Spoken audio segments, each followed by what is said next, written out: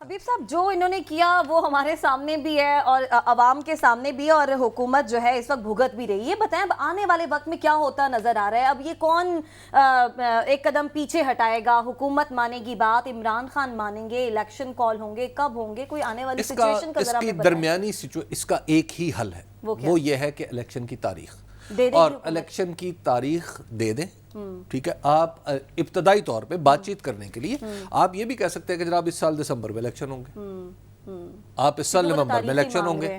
ٹھیک ہے، بات یہ ہے کہ آپ الیکشن اب اگر یہ اسمبلی اپنا وقت پورا کرے گی تو یہ دنیا کی سیاسی تاریخ میں ایک معجزہ ہوگا. آپ دیکھیں اس وقت یہ حکومت جو ہے، آپ اس کو مانیں یا نہ مانیں، یہ کلینکلی ختم ہو چکی ہے. اب کوئی اس کی آنکھیں نکال لے، کوئی اس کا دماغ نکال لے، کوئی اس کے اعضاء جو ہے کسی دوسرے میں لگا دے، یہ سب کچھ ممکن ہے. اصل بات یہ ہے کہ اس حکومت کے لواحقین کو چاہیے کہ جلدی فیصلہ کر لیں. لیکن حبیب صاحب